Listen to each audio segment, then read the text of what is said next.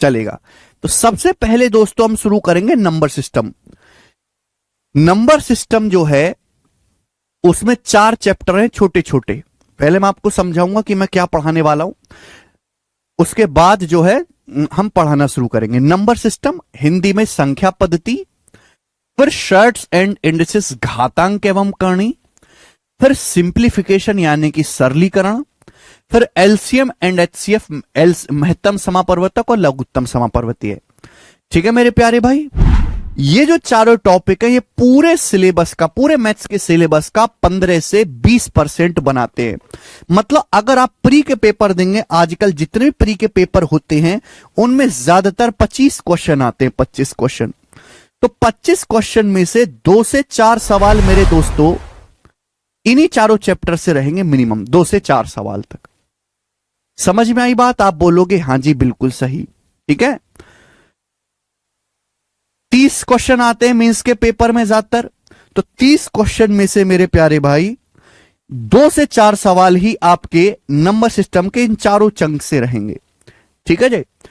आप सीपीओ का पेपर देते तो सीपीओ के पेपर में 50 सवाल आते हैं, 50 में 4 से 7 क्वेश्चन तक आपके इन्हीं चारों से रहेंगे।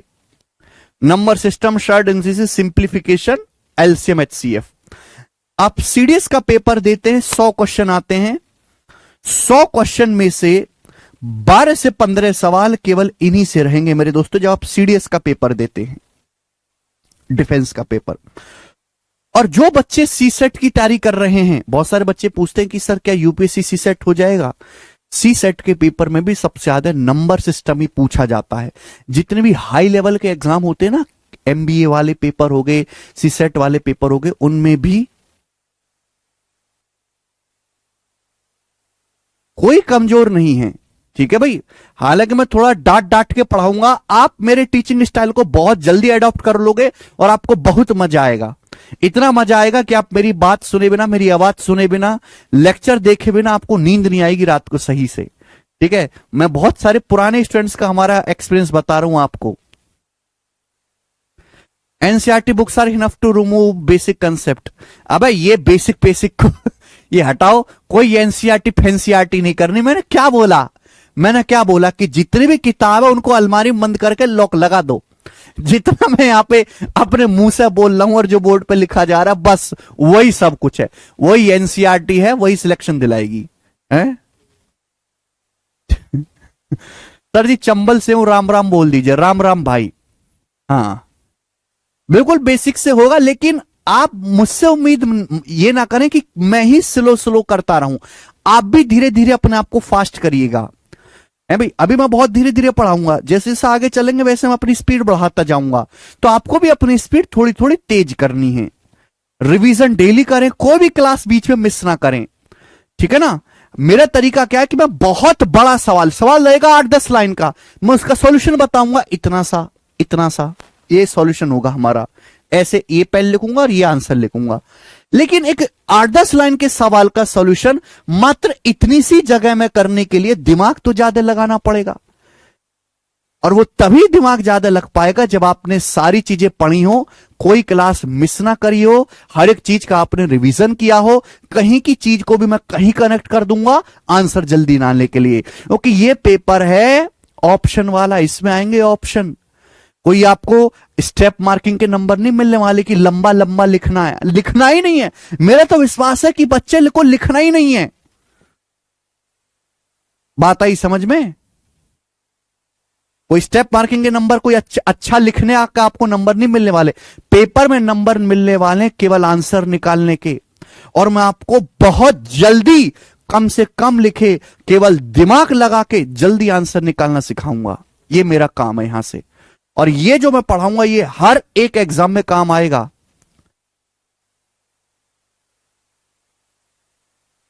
ठीक है जी, ये वही बैच है जिसमें पढ़ के सबसे ज्यादा सिलेक्शन हुए बच्चों के, सबसे ज्यादा जी। शुरू करता हूं मैं मेरे दोस्तों कहानी। Number system, short indices. अगर मैं क्लास की बात करूं तो टोटल इस पे 40 से 50 क्लास होंगी। इन चारों पे मिला के 40 से 50 क्लास होंगी। और आपको इतना करना पड़ेगा मेरे दोस्त, 40 to 50 क्लास। 40 to 50 क्लास होंगी मेरे प्यारे भाई, इतना करना पड़ेगा आपको। लेकिन मैं ये भी कह रहा हूं कि इस 40-50 क्लास के अलावा आपको बार बार इसी चीज पे जोर दे रहा हूं, अपनी तरफ से कुछ नहीं करना। दो तरीके होते हैं पढ़ाने के।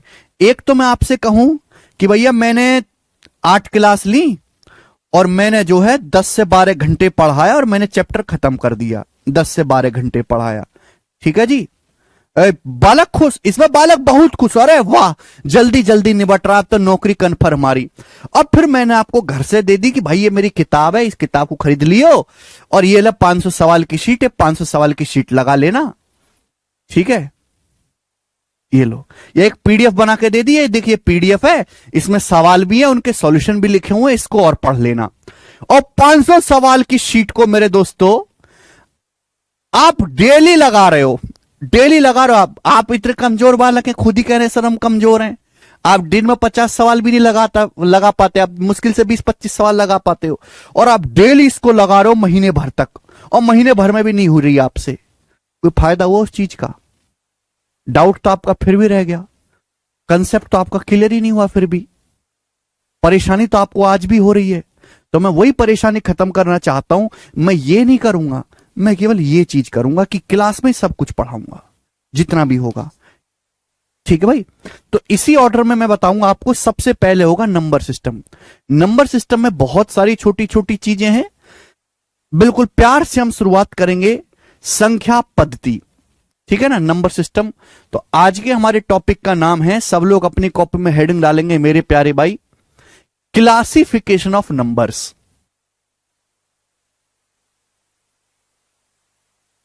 ठीक है जी, आज बहुत ज्यादा लंबा नहीं रखेंगे, ठीक है ना। Classification of numbers, numbers Hindi में हम इसको कहेंगे तो संख्याओं का वर्गीकरण, संख्याओं का वर्गीकरण, संख्याओं का वर्गीकरण।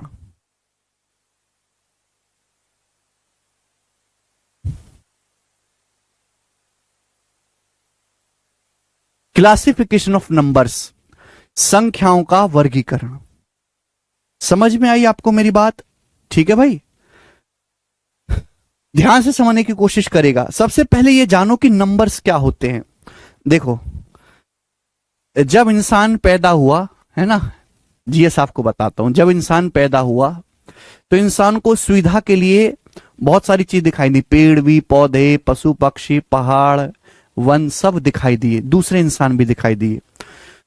तो उसको डाटा रखने के लिए, है ना, उनको गिनने के लिए किसी चीज की आवश्यकता थी, एक ऐसी चीज की आवश्यकता थी जो ये देख के बता सके कि भाई ये कितने आदमी हैं, कितने पहाड़ हैं, कितने पेड़ हैं, कितने जंगल हैं, कितने समुद्र हैं। तो उसके लिए एक टेक्निक उसने इजाद करी, खुद ही इंसान ने, उसी को हम बोलते हैं संख्या या गिनती। अब नंबर्स को दो तरीकों से, दो भागों में बांटा गया है, रियल नंबर और इमेजिनरी नंबर्स, वास्तविक संख्या और काल्पनिक संख्या। रियल नंबर्स और इमेजिनरी नंबर्स, वास्तविक संख्या और काल्पनिक संख्या। नाम से ही क्लियर है, वास्तविक संख्या जिनका वास्तव में कोई वजूद है, जो वास्तव में एग्जिस्ट करती हैं, जिनको लिखा, पढ़ा, डिनोट सब कुछ किया जा सकता है।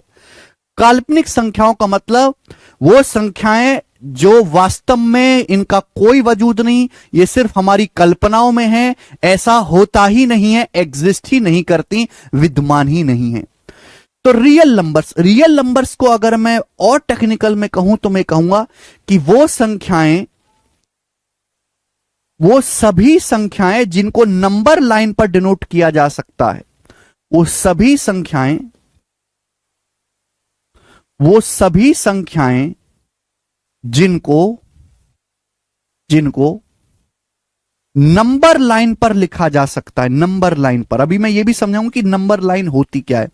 वो सभी संख्याएं जिनको नंबर लाइन पर लिखा जा सकता है, वो रियल नंबर्स या वास्तविक संख्याएं होती हैं।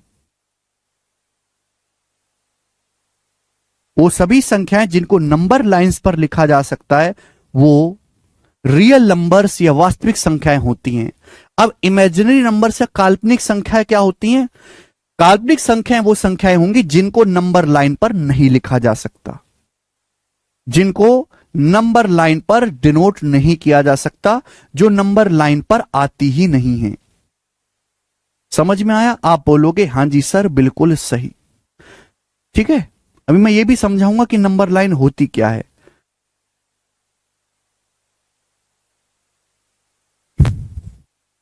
प्यार से मेरी बात को सुनिएगा। वो सभी संख्याएं जिनको नंबर लाइन पर लिखा जा सकता है रियल नंबर्स कहलाती हैं, और जिनको नंबर लाइन पर लिखा ही नहीं जा सकता, जो आती ही नहीं है, उन्हें हम दोस्तों इमेजिन नंबर्स, काल्पनिक संख्याएं कहते हैं। एग्जाम्पल के लिए मेरे दोस्तों, रियल नंबर जिनका वास्तव में वजूद है, जो काउंटिंग करने के, गणना करने के काम आ सकते हैं, रियल नंबर्स कहलाते हैं। जैसे कि एग्जाम्पल के लिए 5, 13 है भाई, 726, निगेटिव भी हो सकता है बेटे, माइनस का 8 है भाई, माइनस का 9104। बात समझ में आई? ये दशमलव में भी हो सकता है, 0.4 है भाई, 1.234। ठीक है जी, दशमलव में भी हो सकता है ना, आसान दशमलव में भी हो सकता है, 0.55555555555 अनंत तक। ठीक है भाई, अंडर रूट में भी हो सकता है, √3, √2, अंडर रूट में भी हो सकता है, क्यूब रूट में भी हो सकता है, क्यूब रूट ऑफ 11। ये सारी ही रियल नंबर है। फ्रैक्शन में भी हो सकता है भी 9/7 है भी 2/159। ये सारी ही मेरे दोस्तों, मेरे प्यारे भाई, रियल नंबर्स हैं, जो धनात्मक भी है, ऋणात्मक भी है, दशमलव में भी है, अंडर रूट में भी है, क्यूब रूट में भी है, फ्रैक्शन पे भी। ये कहीं ना कहीं काउंटिंग करने के, गणना में, कैलकुलेशन में काम आती है। ठीक है ना। अब इमेजिनरी नंबर्स, काल्पनिक संख्याएं क्या होती हैं? काल्पनिक संख्याएं मेरे प्यार भी, मैं एग्जाम्पल के लिए आपसे कहूं मेरे दोस्तों, अंडर रूट ऑफ -7 बताओ। एग्जाम्पल के लिए मैं आपसे कहूं अंडर रूट ऑफ -7, बताइए जल्दी से। Under root of -7, under root का क्या मतलब है? जब हम आपसे कहते हैं under root of 16, under root of 16, तो इसका मतलब है वर्गमूल 16। इसका मतलब यह है कि एक ऐसी संख्या बताओ जिसकी 2 बार गुणा करने पर 16 आ जाए। एक ऐसी संख्या बताओ जिसकी 2 बार गुणा करने पर 16 आए। यही तो होता है वर्गमूल का मतलब। तो ऐसी संख्या बेटा 4 है, 4 की 2 बार गुणा करूंगा तो 16 आएगा, तो 16 का अंडर रूट 4 होता है। तो इसी तरीके से अंडर रूट ऑफ -7 का मतलब है एक ऐसी संख्या का पता लगाओ जिसकी 2 बार गुणा करने पर -7 आए। इसी तरीके से मैंने अंडर रूट ऑफ -7 लिखा, तो इसका मीनिंग यह है कि एक ऐसी संख्या बताओ जिसकी 2 बार गुणा करने पर -7 आए। क्या ऐसी कोई संख्या है दुनिया में? क्या भगवान ने ऐसा कुछ बनाया जिसकी 2 बार गुणा करने पर -7 आए? आ ही नहीं सकता, कि हम ये बात जानते हैं कि माइनस की भी अगर माइनस में गुणा हो जाए तो प्लस बन जाता है। ये बात आप जानते हैं? आप बोलोगे हां जी सर।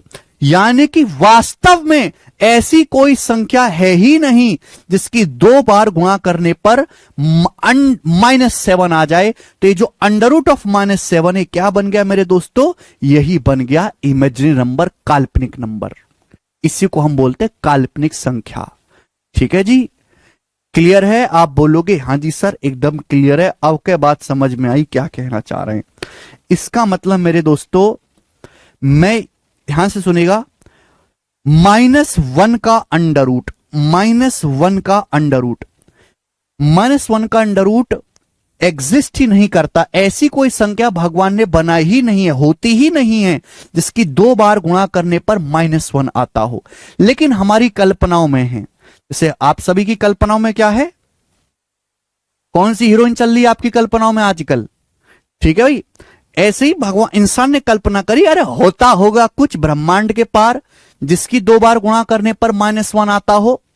उसी को इंसान ने नाम दे दिया आयोटा। आयोटा एक इमेजिनरी नंबर है, आयोटा, IOTA, -1 का अंडर रूट आयोटा।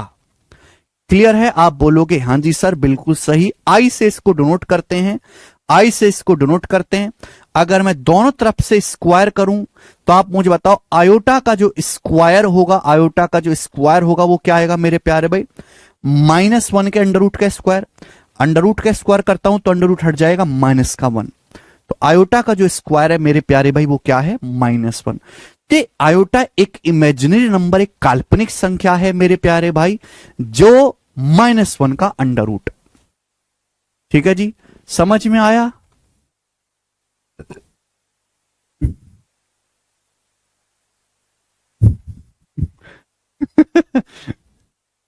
समझ में आया भाई साहब?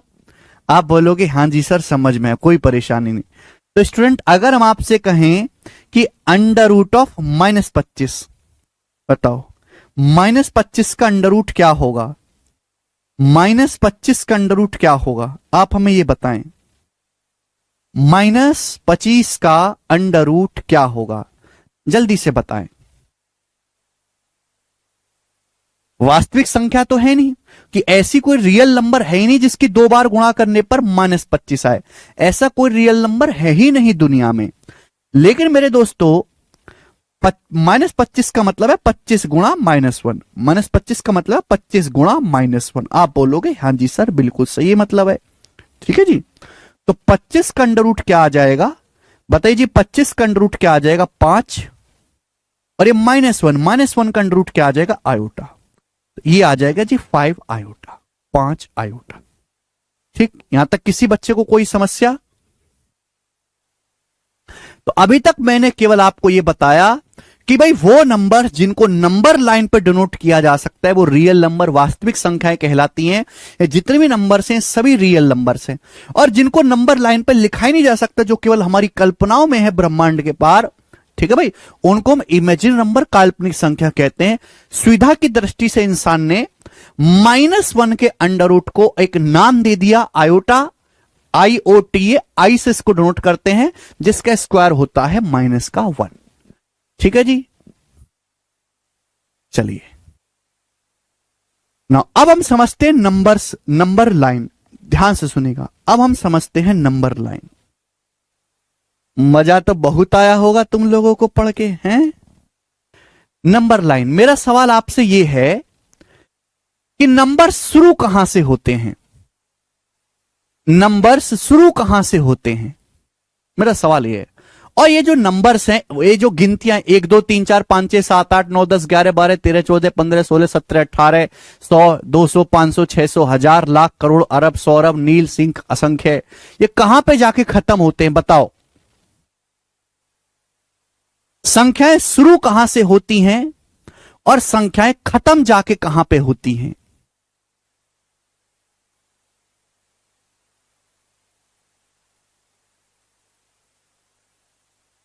पता ना? अरे हद है भाई।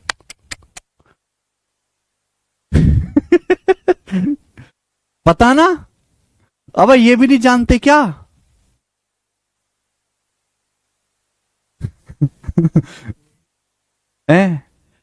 संदीप माहेश्वरी और विवेक बिंद्रा की लड़ाई को तो बड़ा पता है तुम्हें, क्या उसने क्या बोला, उसने क्या बोला है? संदीप जी की वीडियो आ चुकी है, बिंद्रा जी बना रहे होंगे बैठ के। हैं? ये पता नहीं बाबूजी को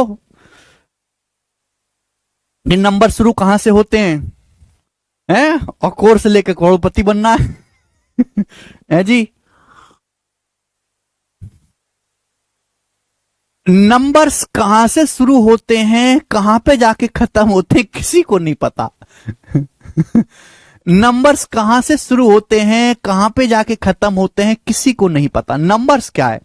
नंबर्स कदम हैं, कदम से कदम बढ़ाए जा, नंबर बनाए जा। सबसे बीच में है जीरो, सबसे बीच में है मेरे दोस्तों जीरो। जीरो, जीरो ना तो धनात्मक है ना ऋणात्मक है। जीरो ना तो धनात्मक है ना ऋणात्मक है, ना जीरो ना तो पॉजिटिव नंबर है ना नेगेटिव नंबर है। कुछ बच्चे पूछते हैं, डाउट है सर जीरो पॉजिटिव है क्या? जीरो ना तो पॉजिटिव है ना नेगेटिव है। अब जीरो के बाद हम एक एक कदम बढ़ाएंगे। जीरो के बाद हम एक कदम चलेंगे मेरे दोस्तों तो एक आ जाएगा 1, फिर एक और कदम चलेंगे तो 2 आ जाएगा, 2 कदम चल दिए, फिर एक और कदम चलेंगे तो 3 आ जाएगा। तो हम एक कदम आगे की तरफ जब बढ़ रहे हैं, आगे की तरफ बढ़ रहे हैं तो +1, अगला कदम बढ़े 2 कदम चल गए +2, फिर एक और कदम चल गए 3 कदम हो गए +3, फिर ये +4 और इसी तरीके से चलता जाएगा। अब आगे चलने की तो कोई सीमा नहीं है, किसी ने नहीं रोका तुमको आगे बढ़ने से। आप शेर निगेटिव आदमी हैं तो निगेटिव होगा मेरे दोस्तों। 0 से एक कदम पीछे चले -1, कदम एक ही पीछे चले हैं, बट वो आगे था इसलिए +1 है, ये पीछे गए हैं इसलिए -1 है। बात समझ में आया? आप बोलोगे हाँ जी सर। फिर एक कदम और पीछे गए -2, फिर एक कदम और पीछे गए -3, फिर एक कदम और पीछे गए -4, फिर एक कदम और पीछे जाओगे तो -5 आ जाएगा, फिर एक कदम और पीछे जाओगे -6 आएगा। आप कितना भी पीछे जा सकते हो, आदमी नीच है, कितना भी नीचे गिर सकता है ना, अनंत तक पीछे जा सकते हो। यानी कि संख्याएं मेरे दोस्तों कहां से शुरू होंगी किसी को नहीं पता। संख्याएं माइनस अनंत से शुरू होती हैं और कहां तक प्लस अनंत तक जाती हैं। कहां से शुरू हुई नहीं पता, कहां पर जाके खत्म होंगी नहीं पता। माइनस इनफाइनाइट से प्लस इनफाइनाइट तक नंबर्स जाते हैं। बात समझ में आई? और उनके बीच में जो कदम है वो 1-1 का है, जो गैप है। ये बात सभी को क्लियर है? इसी लाइन को बोलते हैं नंबर लाइन बेटे, इसी लाइन को बोला जाता है नंबर लाइन। ठीक है ना, इसी लाइन को हम लोग नंबर लाइन कहते हैं, नंबर लाइन। ठीक है, आप बोलोगे हाँ जी सर। तो जितने भी रियल नंबर हैं, जितनी भी वास्तविक संख्याएं, जितने भी रियल नंबर हैं, वो सारे के सारे इस लाइन पर डिनोट किए जा सकते हैं। सारे के सारे इसी लाइन पर डिनोट किए जा सकते हैं। 0 1 2 3 4 -1 -2 -3 -4। एक बात गौर करने वाली है कि जैसे जैसे आप लेफ्ट साइड से राइट साइड की तरफ जाओगे, लेफ्ट से राइट साइड की तरफ जाओगे तो संख्याओं का मान बढ़ता है। संख्याएं मेरे दोस्तों बढ़ती हैं। समझ में आया? आप बोलोगे हाँ जी सर संख्याएं बढ़ती हैं। मैं आपसे सिंपल सा पूछूं कि 5 बड़ा है 9, देखो और कितना बेसिक चाहिए तुमको। 5 बड़ा है कि 9? तो देखिए 5 के आगे 9 आएगा, राइट साइड में 5 6 7 8 9, तो 5 से बड़ा है 9। आप बोलोगे हाँ जी सर बिल्कुल सही। लेकिन अगर मैं आपसे पूछूं कि -5 बड़ा है कि -7, बताओ क्या आएगा? हम आपसे पूछते हैं कि -5 बड़ा है कि -7 बड़ा है, बताइए क्या आएगा जल्दी से।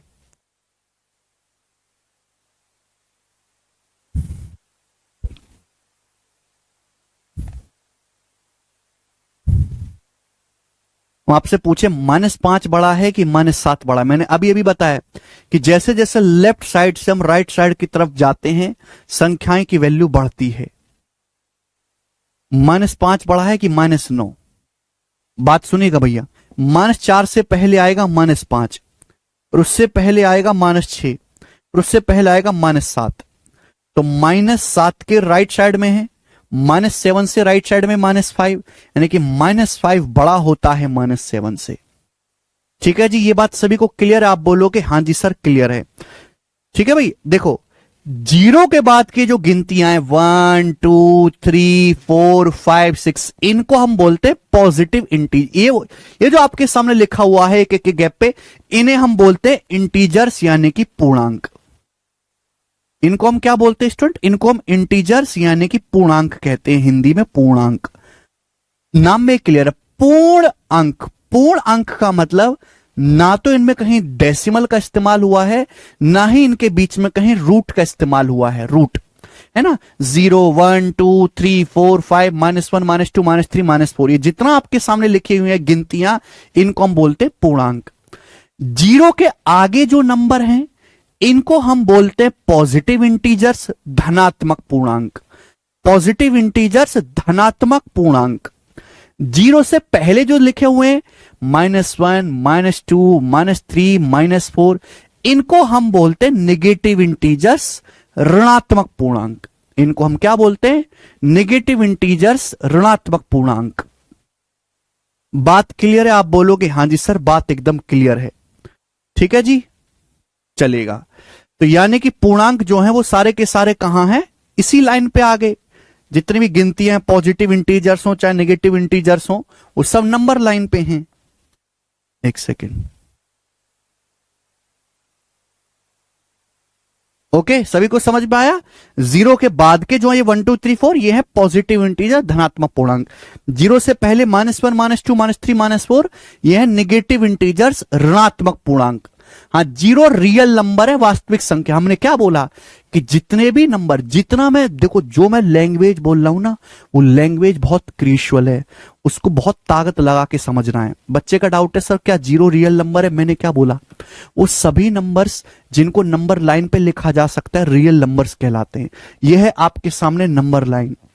जीरो इसी नंबर लाइन पे आ रहा है? हाँ जी आ रहा है। जब जीरो नंबर लाइन पे आ रहा है तो जीरो एक रियल नंबर है, जीरो एक वास्तविक संख्या है, बात खत्म, कोई डाउट नहीं। दूसरी बात, जीरो ना तो पॉजिटिव है ना नेगेटिव है, जीरो न्यूट्रल है, जीरो न्यूट्रल है। आप बोलोगे जी बिल्कुल सही, कोई परेशानी नहीं। अब बच्चे बात आएगी सर यहां पे फ्रैक्शन कैसे आएंगी? सर यहां पे फ्रैक्शन कैसे आएंगी? फ्रैक्शन कहां पे होंगी? भी सर आप क्या तो कह रहे हो कि सारे रियल नंबर इसी लाइन पे होंगे, मुझको तो ना दिख रहे सर फ्रैक्शन कहां है? बताओ सर यहां पर 1/3 कहां पे आएगा? 1/3 ये बताओ सर, 1/3 कहां पे आएगा? ये बताओ।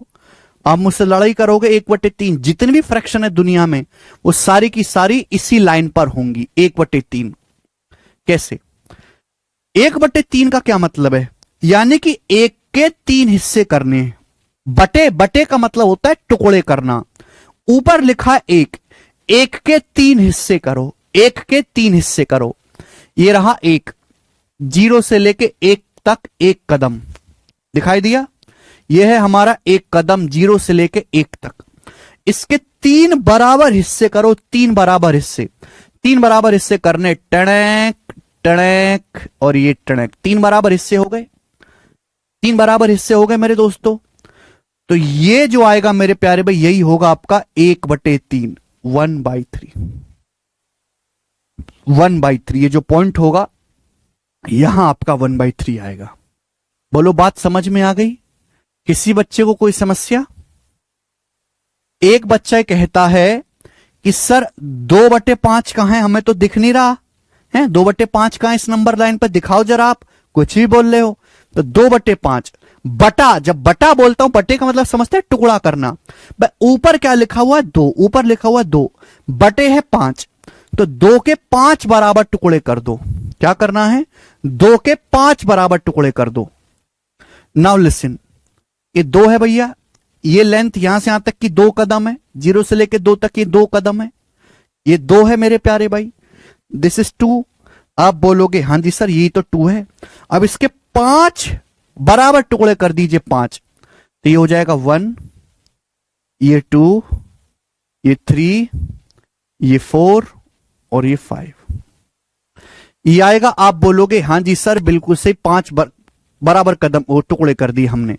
1 2 3 4 5। सभी को साफ साफ दिखाई दे रहा है? बोलो, यहां तक किसी को कोई परेशानी?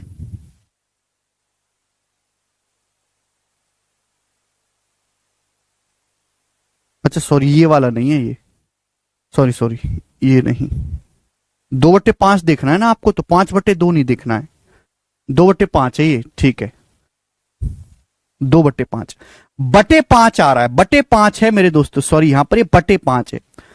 2/5 का मतलब 2 गुणा 1/5, 2 गुणा 1/5, 1/5 है मेरे दोस्तों, 1/5। अल्टीमेट पर्पस क्या है? 1/5। तो आपको 1 के ही 5 टुकड़े करने हैं।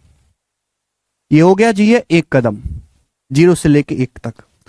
इसके 5 टुकड़े करिए मेरे प्यारे भाई। 5 इक्वल 1 2 3 4 और ये 5। ये हो गया, देखिए 5 गैप है बराबर, 1 2 3 4 5। सभी को साफ साफ दिखाई दे रहा है? आपको कहां पे जाना है मेरे प्यारे भाई? आपको जाना है मेरे दोस्तों सेकंड पे, 1/5 का दुगना। तो ये पहला और ये दुगना, ये ये जो आएगा मेरे दोस्तों ये 2/5 होगा, ये 2/5 होगा। समझ में आया? आप बोलोगे हाँ जी सर बिल्कुल सही बात, एकदम क्लियर है, 2/5। अब जो मर्जी आए वो निकाल लीजिए, अब जो मर्जी आए मेरे दोस्तों वो निकाल लीजिए, कोई परेशानी नहीं है। ध्यान सुनेगा। अब मैं आपसे कहूं कि जरा मुझे ये बताओ कितना ले रहे हैं, 7/3। मुझे ये बताओ कि 7/3 कहां पे होगा, 7/3 बताएं। 0.5 क्या होता है, 1/2, जीरो रेख के बीच में, तो जीरो रेख के बीच में जस्ट यहां बीचों बीच में जो आ जाएगा ये क्या आ जाएगा, 0.5 आ जाएगा, इसमें कोई डाउट ही नहीं है। ठीक है भाई, तो सारे डेसिमल भी इन्हीं के बीच में आएंगे। प्रॉब्लम है, मैं आपसे पूछता हूं कि ये बताओ कि √5 कहां पे होगा, ये बताओ जरा, √5। हमने ये भी तो बोला है आपसे कि √5 जो है, जितने भी √5 भी तो एक रियल नंबर है, वास्तविक संख्या, वो भी इसी नंबर लाइन पे होना चाहिए। कहां पे आएगा, बनाएं। हाँ जी तारिक अनवर, √6 भी कर सकते हैं आप खुद से। हम आपसे पूछते हैं कि बताओ √5 कहां पे आएगा, इस नंबर लाइन पे कहां पे आप √5 लिखेंगे, जवाब दीजिएगा जल्दी से। आप सभी लोगों ने पाइथागोरस थ्योरम पढ़ी है? आप कहोगे सर यहां पाइथागोरस थ्योरम क्या है? हाँ, √5 बिल्कुल सही कह रहे हैं, 2 और 3 के बीच में आएगा। पर ये बताओ एग्जैक्ट √5 कहां डिनोट करोगे, अपनी मर्जी से थोड़ा ना बना दोगे कि सर ये रहा √5। हर चीज के पीछे का बहुत लॉजिक है। आप लोगों ने पढ़ा है कि भाई ये अगर a है ये b है, तो 90 डिग्री के सामने मेरे दोस्तों √a² प्लस b² होता है, √a² प्लस b²। ये पाइथागोरस थ्योरम सभी बच्चों ने पढ़ी है। हमको बनाना है √5। क्या बनाना है मेरे दोस्तों, √5। अच्छा, 5 क्या होता है, 4 और 1 5। 5 का मतलब क्या, अगर आप गौर से सोचो 5 का मतलब क्या है, 4 और 1 5, 2² प्लस 1²। सभी को साफ साफ दिखाई दे रहा है, 4 और 1 5, √2² प्लस 1²। अब मुझे √5 यहां पे बनाना है, ध्यान से सुनेगा।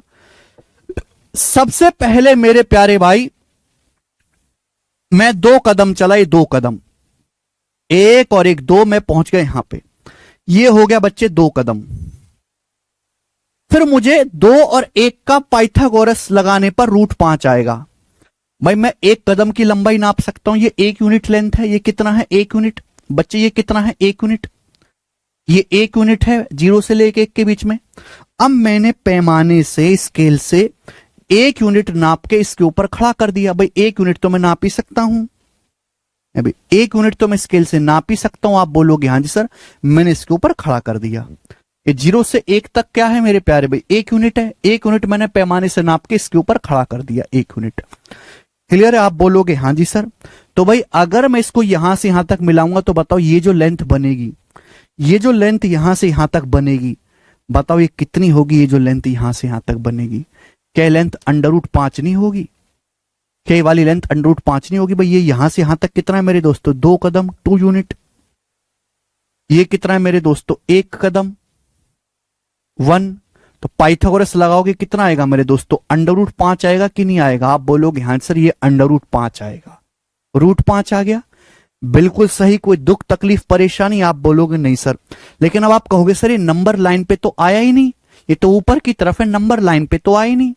तो आप उठाओ एक प्रकार, यहां रखो प्रकार की नोक।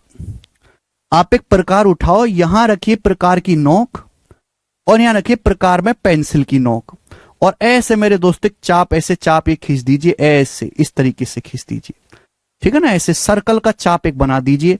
तो यहां से यहां तक की जो लेंथ होगी, यहां से यहां तक की मेरे प्यारे भाई, ये एग्जैक्ट √5 लंबाई होगी, एग्जैक्ट √5। यानी कि √5 भी इसी नंबर लाइन पे आ गया कि नहीं आ गया, बताएं, बोलो।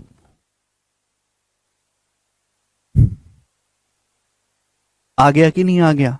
तो कहने का मतलब मेरे प्यारे भाई, 0, positive integer, negative integer, fraction, decimal, है ना, सारे ही रूट, क्यूब रूट, सभी इसी लाइन पर होते। मैंने तो एक बहुत छोटा सा एग्जांपल जो है आपको करके बताया कि √5 यहां पे कैसे आएगा इस नंबर लाइन पे। √5 क्या होता है? 4 और 1 5। तो मेरे प्यारे भाई ये 2 यूनिट लेंथ है, 1 यूनिट लेंथ है। ये पाइथागोरस से कितना आएगा? √5। ये नंबर लाइन पे कैसे लाएंगे भाई? यहां रखिए प्रकार की नोक और ये पेंसिल में भर के ये चाप खींच दीजिए। सर्कल की त्रिज्या बराबर होती है, तो ये लेंथ भी यहां से यहां तक की √5 आ जाएगी। आ गया कि नंबर लाइन पे? ठीक है। तो नंबर लाइन, रियल नंबर की परिभाषा ही इससे बनी है कि वो जितने भी नंबर जिनको जुगाड़बाजी से, तिगड़मबाजी से नंबर लाइन पर डिनोट किया जा सके, वो रियल नंबर, वास्तविक संख्याएं कहलाती हैं। रियल नंबर और इमेजिनरी नंबर्स में सभी को फर्क समझ में आ गया होगा। ध्यान से सुनिएगा मेरे दोस्तों, ठीक है।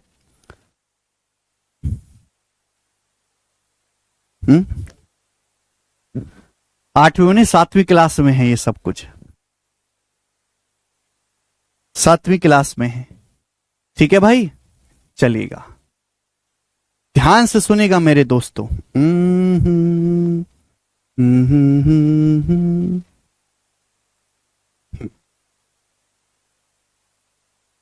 अब रियल नंबर्स को, वास्तविक संख्याओं को भी 2 तरीकों से 2 टुकड़ों में बांटा गया है। रियल नंबर वो सभी नंबर जिनको नंबर लाइन पर लिखा जा सकता है, रियल नंबर्स कहलाते हैं। रियल नंबर्स को भी 2 टुकड़ों में बांटा गया है, 2 टुकड़ों में। पहला रेशनल नंबर परिमेय संख्या, दूसरा इर्रेशनल नंबर परिमेय संख्या। पहला रेशनल नंबर परिमेय संख्या बोलते हैं, और दूसरा इर्रेशनल नंबर अपरिमेय संख्या। ठीक है भाई, सारा सिलेबस 9th क्लास का है। रेशनल नंबर, इर्रेशनल नंबर, परिमेय संख्या आप सभी लोग जानते, पढ़ा है आपने कभी बचपन में? परिमेय संख्या मेरे दोस्तों आप लोग जानते, आपने बचपन में पढ़ा है। वो नंबर्स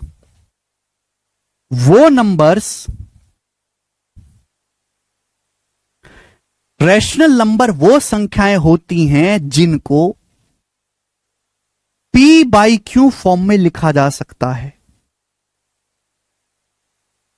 वो सभी संख्याएं जिनको P/Q फॉर्म में लिखा जा सकता है, P/Q फॉर्म में लिखा जा सकता है, वो रेशनल नंबर्स परिमेय संख्या कहलाती हैं। वो सभी संख्याएं जिनको P/Q फॉर्म में लिखा जा सकता है, रेशनल नंबर परिमेय संख्या कहलाती हैं। ध्यान इस बात का रखिएगा कि ये जो P और Q है, यानी कि वो सभी संख्या जिनको एक फ्रैक्शन, एक भिन्न की फॉर्म में लिखा जा सकता है ना, P/Q फॉर्म में, उन्हें हम रेशनल नंबर कहते हैं। ध्यान इस बात का रखिएगा कि Q का मान 0 नहीं होना चाहिए, बटे 0 नहीं आना चाहिए, कि किसी भी संख्या को 0 से भाग करोगे तो गणित में डिफाइन नहीं है। और दूसरी बात ये ध्यान रखनी है कि P और Q दोनों ही इंटीजर यानी कि पूर्णांक होने चाहिए। P और Q दोनों का मान ही इंटीजर पॉजिटिव भी हो सकता है, नेगेटिव भी हो सकता है, धनात्मक भी हो सकता है, ऋणात्मक भी हो सकता है। ये दोनों बातें आपको ध्यान रखनी है, P और Q दोनों ही इंटीजर्स होने चाहिए। तो रेशनल नंबर परिमेय संख्या वो संख्याएं होती हैं जिनको P/Q फॉर्म में लिखा जा सकता है, P/Q फॉर्म में। Q should not be 0, Q का मान 0 नहीं होना चाहिए, और P और Q दोनों इंटीजर्स होंगे, P और Q दोनों ही इंटीजर होंगे। बात क्लियर है? आप बोलोगे जी सर क्लियर तो बिल्कुल भी नहीं है, दोबारा से बताओ। मैं यहां पे अलग से समझाता हूं एग्जाम्पल के थ्रू।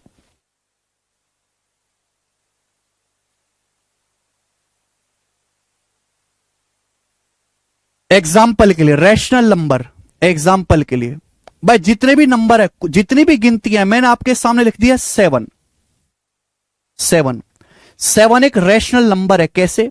7 को आप लिख सकते हो 7/1, लिख सकते हो कि नहीं?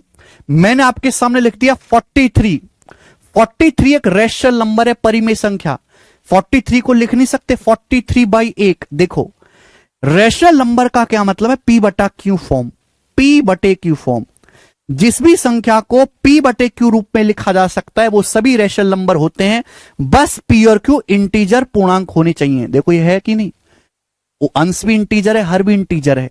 हमने आपके सामने लिख दिया मेरे दोस्तों 1044।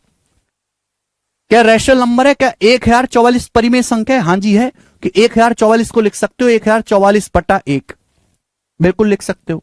हमने आपके सामने लिख दिया -237, क्या माइनस का 237 एक रैशनल नंबर, एक परिमेय संख्या है? हां जी है। माइनस 237 को लिखा जा सकता है माइनस का 237/1। अंश भी इंटीजर है, चाहे पॉजिटिव नेगेटिव कुछ भी हो, फर्क नहीं पड़ता। ये भी इंटीजर है, नीचे भी इंटीजर है मेरे दोस्तों, ये जीरो नहीं है नीचे। हमने आपके सामने लिख दिया मेरे दोस्तों माइनस का 94827। क्या ये एक रैशनल नंबर है? क्या एक परिमेय संख्या है? हां जी बिल्कुल है, एक रैशनल नंबर है। माइनस 94827 को क्या लिखा जा सकता है? लिखा जा सकता है बटे 1। देखो ऊपर भी p बटा क्यू फॉर्म, ऊपर भी इंटीजर होना चाहिए, नीचे भी इंटीजर होना चाहिए, बात खत्म। ठीक है दोस्त, आप बोलोगे हां जी सर बिल्कुल सही, कोई प्रॉब्लम नहीं, कोई समस्या नहीं। आगे मैं आपसे कहता हूं मेरे दोस्तों 1.6 क्या ये रैशनल नंबर है? क्या परिमेय संख्या है 1.6? क्या 1.6 रैशनल? अच्छा 1.6 ना समझा के पहले ही समझाता हूं। 8/3 क्या रैशनल नंबर है? परिमेय संख्या 8/3। परिमेय संख्या की बस इतनी सी परिभाषा है कि ऊपर भी इंटीजर होना चाहिए, नीचे भी इंटीजर होना चाहिए। p बटा क्यू फॉर्म, ऊपर भी पूर्णांक आए, नीचे भी पूर्णांक आए। हां जी बिल्कुल है। 8 भी पूर्णांक है, 3 भी पूर्णांक है, बिल्कुल है रैशनल नंबर। मैं आपके सामने लिखता हूं 5/17। क्या ये रैशनल नंबर परिमेय संख्या? हां जी बिल्कुल है, ऊपर भी इंटीजर, नीचे भी इंटीजर। मैं आपके सामने लिखता हूं 3333 अपॉन 2221। क्या ये रैशनल नंबर परिमेय संख्या है? हां जी बिल्कुल है। देखिए ध्यान से देखो, ऊपर भी इंटीजर है, नीचे भी इंटीजर है। अब मैं आपके सामने लिखता हूं मेरे प्यारे भाई 1.6। क्या 1.6 एक रैशनल नंबर है? क्या 1.6 एक रैशनल नंबर है? जवाब दीजिएगा। बिल्कुल है। 1.6 को भी p बाई क्यू फॉर्म में लिखा जा सकता है। 1.6 का मतलब है दशमलव हटाएंगे तो नीचे क्या होता है? 10 से भाग। 1 दशमलव हटाएंगे 10 से भाग, 2 दशमलव हटाएंगे 100 से भाग, 3 दशमलव हटाएंगे 1000 से भाग। ये किससे कट गया? 2 से। 2 से 16 8 बार कट गया, 10 5 बार कट गया। तो 1.6 को 8/5 लिख सकते हैं मेरे प्यारे भाई। आप बोलोगे हां जी सर बिल्कुल सही, और 8/5 लिखते ही ये क्या बन गया? रैशनल नंबर बन गया। क्यों नहीं है बेटा? 1.6 भी एक रैशनल नंबर है, परिमेय संख्या। 1.6 को क्या लिख सकते हो? 1.6 को 8/5 लिख सकते हो मेरे प्यारे भाई। सुनिएगा, दशमलव जो होते हैं, दशमलव तो आप जानते हैं, मुझे बताने की जरूरत नहीं। दशमलव 3 टाइप के होते हैं, दशमलव 3 टाइप के होते हैं, है ना। मैं एक एक 1 बाई 1 आपको समझाऊंगा। सबसे पहला होता है टर्मिनेटिंग दशमलव, शांत दशमलव। डेसिमल 3 टाइप के होते हैं, टर्मिनेटिंग डेसिमल, शांत दशमलव। टर्मिनेटिंग डेसिमल, शांत दशमलव। शांत नाम में ही आ रहा है, शांत। शांत का मतलब जो थुड़की से चले फिर खत्म हो गए, थोड़ी देर चले फिर खत्म हो गए मेरे प्यारे भाई, तन्नक सी दूर चले फिर खत्म हो गए। एग्जाम्पल के लिए 1.6, पॉइंट के बाद एक ही नंबर आया मेरे दोस्तों, खत्म हो गया 6। और 1.6 को क्या लिखा जा सकता है? 8/5। आप बोलोगे हां जी सर बिल्कुल सही, लिखा जा सकता है। आपके सामने है 2.73। देखो दशमलव के बाद 2 ही अंक तक चला फिर खत्म हो गया। दशमलव के बाद 2 ही डिजिट है, 7 और 3, फिर बंद हो गया, शांत हो गया। तो 2.73 को मेरे प्यारे भाई 2.73 को भी फ्रैक्शन में लिखा जा सकता है 273/100। तो देखो ये भी रैशनल नंबर बन गया कि नहीं बन गया? ये भी रैशनल नंबर बन गया कि नहीं बन गया? परिमेय संख्या, अंश भी इंटीजर है, हर भी इंटीजर है, बन गया परिमेय संख्या। आप बोलोगे हां जी सर परिमेय संख्या बन गई, ये तो बहुत ही आसान सी बात थी, ठीक है ना। आपके सामने लिख दिया 0.72, ये 0.64, थोड़ी चले 2 कदम फिर शांत हो गए, 0.64। क्या ये रैशनल नंबर है? हां जी है। इसका मतलब हो गया 64/100। 4 से काटेंगे मेरे दोस्तों, 4 से कट जाएगा 16 बार और नीचे 100 कट जाएगा 25 बार। यानी कि ये बात मुझे ऑब्जर्व है कि दुनिया में जितने भी शांत दशमलव हैं, जितने भी टर्मिनेटिंग दशमलव हैं, है ना, टर्मिनेटिंग डेसिमल का मतलब जो थोड़ा सा चलते हैं, 2 दशमलव के बाद 2 अंक हैं, 3 अंक है, 4 अंक है, फिर खत्म हो जाते हैं, उन सभी को फ्रैक्शन फॉर्म में, सभी को p बटा q फॉर्म में लिखा जा सकता है। तो सभी सारे के सारे क्या हैं, ये रैशनल नंबर हैं, परिमेय संख्या हैं। ये सभी रैशनल नंबर हैं, परिमेय संख्या हैं। तो बच्चे अगर मैं आपसे ये पूछने लगूं कि जरा मुझे बताओ 3.9172 क्या ये एक रैशनल नंबर है, क्या ये एक परिमेय संख्या है? 3.9172 क्या ये एक रैशनल नंबर, परिमेय संख्या है? तो सब बालक एक सांस में आवाज देंगे कि हां जी सर ये परिमेय संख्या है, कि शांत दशमलव है। जितने भी दशमलव शांत होते हैं वो सभी परिमेय संख्याएं होती हैं, क्योंकि इसको फ्रैक्शन में लिखा जा सकता है। 3.972 को फ्रैक्शन में कैसे लिखोगे? दशमलव के बाद 4 अंक हैं, अभी दशमलव हटाओ तो मेरे दोस्तों 4 जीरो से भाग हो जाएगा। देखो ये बन गया फ्रैक्शन अंश बटे हर फॉर्म। तो जितने भी दशमलव शांत है दुनिया में वो सारे के सारे रैशनल नंबर हैं, ठीक है ना? बोलो, आपके सामने आएगा 5.816। क्या ये रैशनल नंबर है? 5.816 क्या ये टर्मिनेटिंग डेसिमल है? हां जी है। क्या ये इरेशनल नंबर, परिमेय संख्या है? हां जी है। जितने भी दशमलव टर्मिनेटिंग होते हैं वो सारे के सारे रैशनल नंबर, परिमेय संख्याएं होती हैं।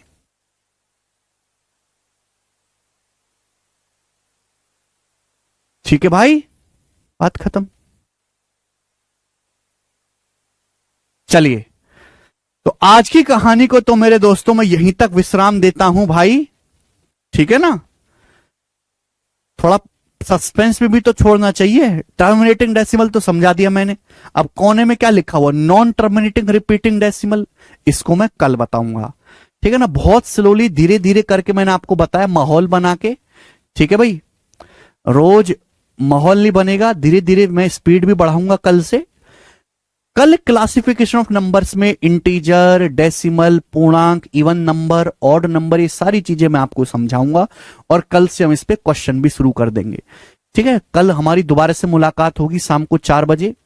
कैरविल एप्लीकेशन पर आप हमारे साथ जरूर जुड़ें, ठीक है ना? जो भी बच्चे 2024 को टारगेट करके पढ़ाई कर रहे हैं, एक ही मकसद होना चाहिए मेरे दोस्तों। जैसे नेताजी, हमारे देश के नेताजी, कितना दृढ़ निश्चय है उनका, जीतना है, अच्छे बुरे कैसे भी आदमी हो, मकसद उनका क्या है? केवल चुनाव जीतना। वैसे विद्यार्थी तो अच्छे ही होते हैं, बुरे तो होते ही नहीं, उनका भी एक ही मकसद होना चाहिए, 2024 को फोड़ना, 2024 को फोड़ना। और वो तभी होगा जब आप ढंग से पढ़ेंगे, मेहनत से पढ़ेंगे, अभी से पढ़ेंगे हम। कंप्लीट कोर्स और पीडीएफ शीट्स के लिए हमारे टेलीग्राम चैनल में जुड़े। इसके लिए आपको टेलीग्राम में सर्च करना है कैरियर विद अनलॉक। आपको यह चैनल दिख जाएगा, वहाँ पे टाइप करके, और आपको सबसे नीचे मिलेगा ज्वाइन के बटन, वहाँ पे टाइप करके आपको ज्वाइन हो जाना है। और यहाँ पे मिलेगा आपको ढेर सारे कोर्सेस और उसका पीडीएफ। आप जिस वीडियो लेक्चर को अभी देख रहे हैं उसका भी पीडीएफ शीट्स यहीं मिलेगा। तो अभी ज्वाइन करें। धन्यवाद।